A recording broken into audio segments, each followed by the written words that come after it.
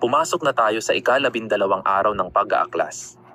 At opisyal nang hindi na makontrol ang sitwasyon sa Iran.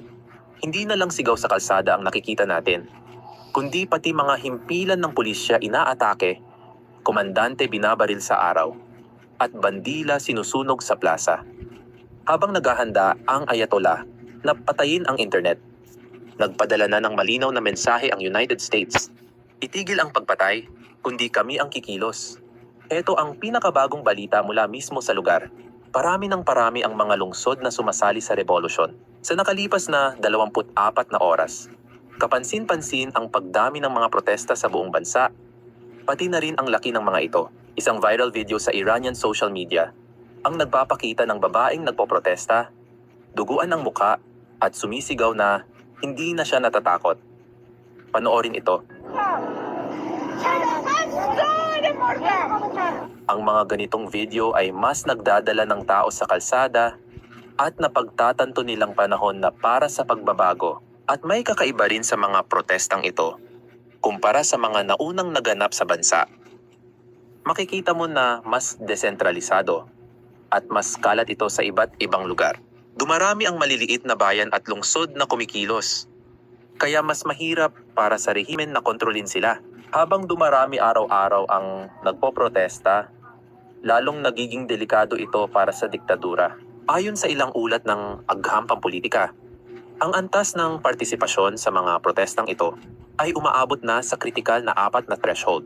Ito ay karaniwang itinuturing sapat para magdulot ng pagbagsak.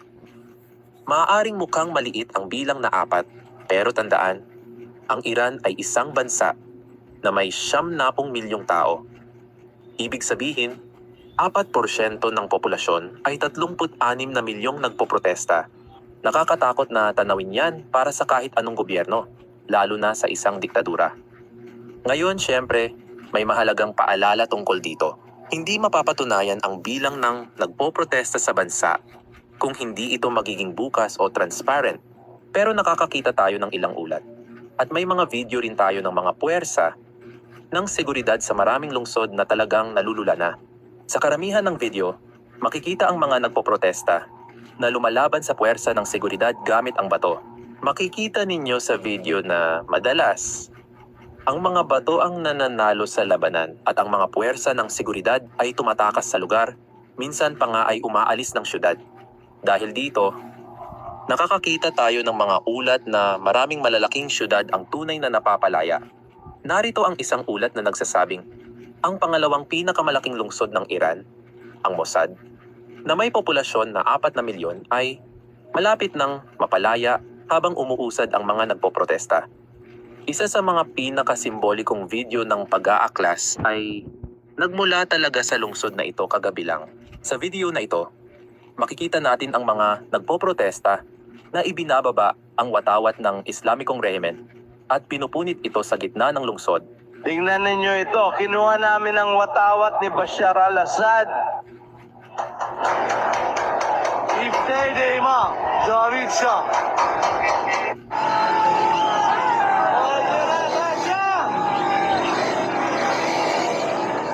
Sa parehong lungsod, makikita natin sa isa pang video na sinusunog ng mga nagpoprotesta ang isang bus na pag-aari ng Paramilitary Volunteer Force ng IRGC. Ito talaga ang hukbong ginagamit ni Ayatollah para durugin ang anumang protesta.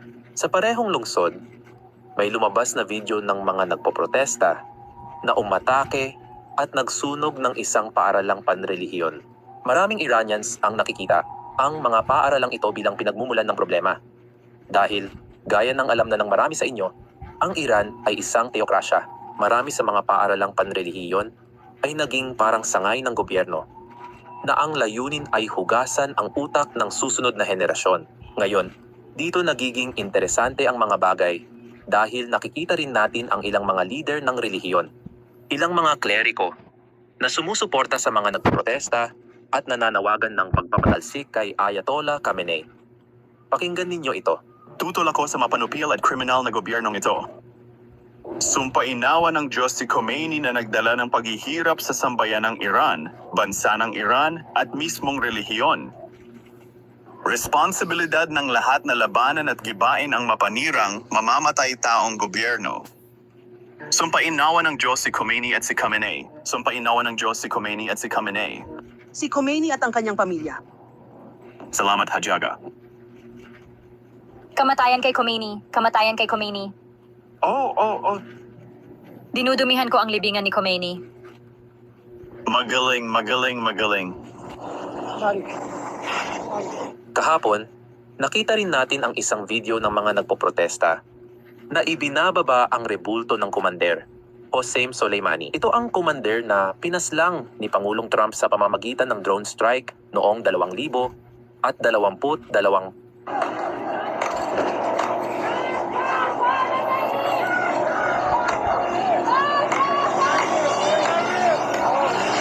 Ngayon,